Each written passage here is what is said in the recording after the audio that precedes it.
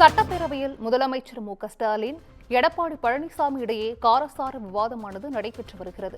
கூடுதல் விவரங்களை தலைமை செய்தியாளர் சிவா வழங்கிட கேட்கலாம். சிவா, வணக்கம். இந்த விவாதம் தொடர்பான முழு விவரங்கள்.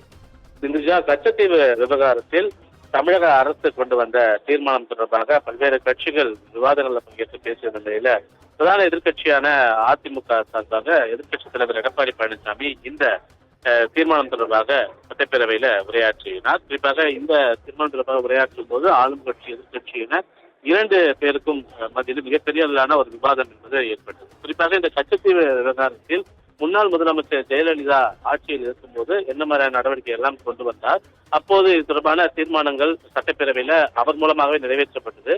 அந்த தீர்மானத்தில் அவர் பேசிய போது மத்திய அரசில் பல்வேறு அழுத்தங்களை மாநில அரசு சார்பாக அப்போது அதிமுக அரசு இருந்த நிலையில தொடர்ந்து பல்வேறு அழுத்தங்களை வழங்கியும் எந்தவித பயனும் இல்லை. குறிப்பாக பல்வேறு கடிதங்கள் எழுதப்பட்டிருக்கின்றன, ஆர்ப்பாட்டங்கள், போராட்டங்கள் முன்னெடுக்கப்பட்டிருக்கின்றன.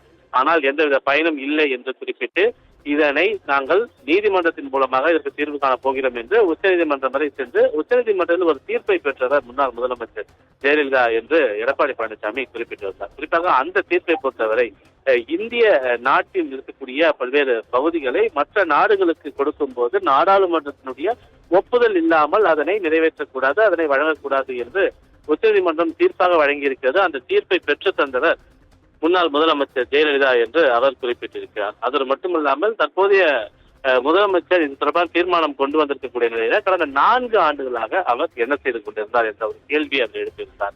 அதே போல இதற்கு பதிலளித்து முதலமைச்சர் மு.க.ஸ்டாலின் பேசும்போது கடந்த 10 ஆண்டு காலமாக அதிமுக ஆட்சியில் இந்த கச்சத்தீவை மீட்பதற்கு என்ன நடவடிக்கைகள் எடுத்தீர்கள் என்ற ஒரு கேள்வியை முதலமைச்சர் முன்வைத்திருந்தார். அது மட்டுமல்லாமல் எதிர்க்கட்சி தலைவர் எடப்பாடி பழனிசாமி பேசும்போது மத்திய அரசில் 16 ஆண்டு காலம் ஆட்சி பொறுப்புல இருந்த திமுக இந்த கச்சத்தீவு விவகாரத்தில் கச்சத்தீவை மீட்பதற்கான நடவடிக்கைகள் எடுத்ததா என்ற கேள்வி எழுப்பியிருக்கிறார். 16 ஆண்டு காலம் காங்கிரஸ், பாஜக உள்ளிட்ட பல்வேறு ஆட்சிகள் மத்தியில இருந்த போது அந்த ஆட்சி அதிகாரத்துல பங்கு வகித்தது திமுக. ஆனால் அப்போது தொடர்பான எந்தவித கருத்துக்களையும் எந்தவித தீர்வையும் பெற்றுத்தராமல் தற்போது 4 ஆண்டு காலமும் அமைதியாக இருந்துவிட்டு தேர்தல் நெருங்கக்கூடிய நேரத்தில் இதற்கான ஒரு தீர்மானத்தை திமுக அரசு கொண்டு வந்திருக்கிறது என்பதை போன்ற குற்றச்சாட்டை அவர் முன்வைத்திருந்தார். இதற்கு முதலமைச்சர் கடந்த 10 ஆண்டு காலமாக அதிமுக ஆட்சி என்ன செய்த கேள்வி எழுப்பியிருந்த நிலையில அப்போது முதலமைச்சராக தான் இருக்கும்போது, அதாவது எடப்பாடி பழனிசாமி அவர் இருக்கும்போது அப்போதைய மீன்வளத்துறை அமைச்சராக இருந்த ஜெயக்குமாரை நேரடியாக அழைத்து சென்று பிரதமரை நாங்கள் பலமுறை தொடர்பாக வலியுறுத்துகிறோம் என்ற பதிலை வழங்கியது. அது மட்டுமல்லாமல் முதலமைச்சர் பேசும்போது இந்த தீர்மானம் தொடர்பாக மட்டுமே பேச வேண்டும், பழைய அரசுகளை எல்லாம் பேசி இந்த தீர்மானத்தில் குழப்பம் ஏற்படுத்த பார்க்கிறார்கள் என்பதை போன்ற பல்வேறு விளக்கங்களை எல்லாம் முதலமைச்சரும் வழங்கியிருந்தார். எதிர்க்கட்சித் தலைவர் எடப்பாடி பழனிசாமி பேசிய பல்வேறு கருத்துக்களுக்கு அவை முன்னவர், பொதுப்பணித்துறை அமைச்சர், சட்டத்துறை அமைச்சர் என பலரும் தங்களுடைய கருத்துக்களை தெரிவித்து வந்த நிலையில இது அதிமுக திமுக இடையே ஒரு காரசாரமான விவாதமாக மாறி இருக்கக்கூடிய ஒரு சூழல்ல இறுதியாக தமிழக அரசு கொண்டு வந்திருக்கக்கூடிய இந்த கச்சத்தீவு விவகாரம் தொடர்பான தீர்மானத்திற்கு அதிமுக ஆதரவு தெரிவித்திருக்கிறது. விவரங்களை வழங்கியமைக்கு நன்றி சிவா. நானும் சொன்னேன், நான் பல முறை டெல்லிக்கு போனப்போ பிரதமர் இடத்தை வலியுறுத்திட்டு வந்திருக்கிறேன், மனுவாகவும் கொடுத்துருக்கிறேன், பெட்டிஷன் கொடுத்துருக்கிறேன், கோரிக்கை அடங்கிய அது எல்லா ஆதாரங்களும் கொடுத்துட்டு இருந்திருக்கிறேன். இதை விட வேற என்ன செய்ய முடியும்?